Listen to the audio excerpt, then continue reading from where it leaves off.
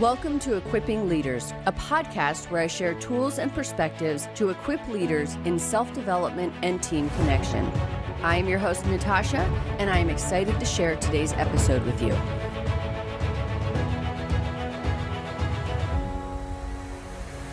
Today's episode is about holding effective meetings, both in how they're structured and in what people should get out of them. There are so many different ways to run a meeting, and we have all spent countless hours in ineffective meetings that mostly just feel like a drain on time. Let's start with what meetings are for. I know that I was recently in a meeting where we had a loose agenda, and when we jumped in, the meeting didn't really cover anything in the agenda, and I felt like we were just kind of sitting around and admiring this potential problem or this potential challenge together. Later, someone said that it seemed like I was holding back in that meeting a bit, and I said I was, because why were we there? When I'm in a meeting, I always want to balance making and taking space. And when it comes to taking space, I always think, does this need to be said? Does this need to be said by me? And does this need to be said right now? For that meeting, since the purpose and desired outcomes weren't clear, I felt less compelled to actually contribute because I didn't know what I was contributing towards. Many of us have also sat in pointless meetings. In a previous job of mine, we had a weekly 2-hour staff meeting that was updates on slides, and everyone went around the room reading the slide out loud to the group. Occasionally there was a question, but it was mostly something that could have been accomplished by email. So what does a good meeting actually bring? According to Elisa Cohn, in her book From Startup to Grown Up, a good meeting brings a shared reality, better relationships, decisions, clarity, next steps, messaging to the team, and a sense of accomplishment. When a meeting occurs, you want to accomplish as many of these things as possible. If you're sharing messaging with your team, especially a new message or way of messaging, you want everyone to have a shared sense of that reality and clarity on what is expected of them. What do you want them to do with or about the messaging? This leads to next steps and decisions. When people experience these things in a meeting, it leads to better relationships among teammates and a sense of accomplishment when they leave the meeting.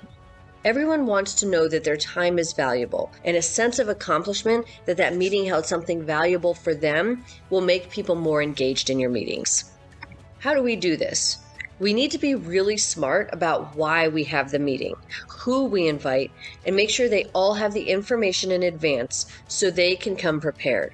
Prepared can be going through read-aheads or considering some questions in advance so they can be ready to share their insights, ideas, or to make a decision. So here's a structure to try or some pointers to try, and feel free to adjust to what works for you.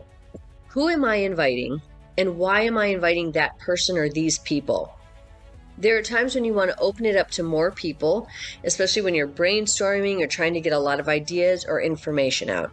Other times, it makes sense to have a smaller group because you need decisions, people to take accountability of specific parts of a project, and other things where individuals are assigned something or need to buy into something. Next, don't spring a meeting on people. Give them as much space as possible, but not too much. Depending on the type of meeting, 1 to 2 weeks out can be an appropriate amount of time for others to prepare for that meeting as well. But if you set up a meeting that's later this afternoon and you need people to come prepared with having thought through some questions or ready to make a decision, that may not be enough time. We don't know other people's calendars, we don't know other people's schedules, or even other people's ways of thinking. Next, let people know what's expected of them in the meeting. Do you need a decision? Do you need clarity from others?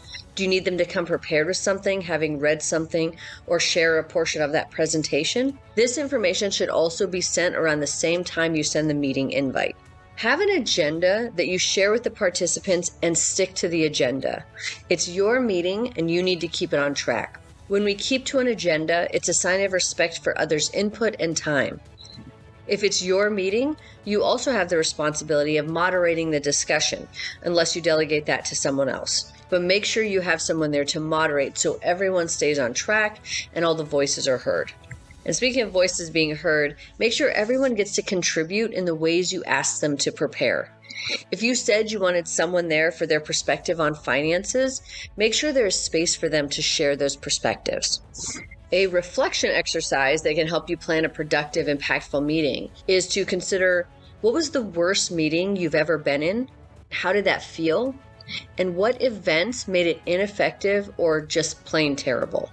When people leave the meeting, what do you want them to leave knowing or feeling? How can you be as concise as possible while still giving all the necessary information? What feedback have you received about your communication style? What do you need to do to adjust to ensure this meeting goes as planned? We cannot predict every moment within a meeting, but when we plan for ourselves and our message, prepare others, and make and take space together, we can have more effective meetings that people don't try to avoid. And if it can be an email, just let it be an email. Thank you for listening to this episode of the Equipping Leaders podcast. For more leadership development content, you can visit my website, NatashaCheyenne.com, where you will find my leadership journal with dozens of articles and the Cultivation Cafe, which is always growing and has leadership frameworks, book recommendations, and inclusion and mental health resources. You can also follow me on Instagram at novel_Natasha or at Equipping Leaders Podcast and on Twitter at Natasha Cheyenne. Join me next week for another episode.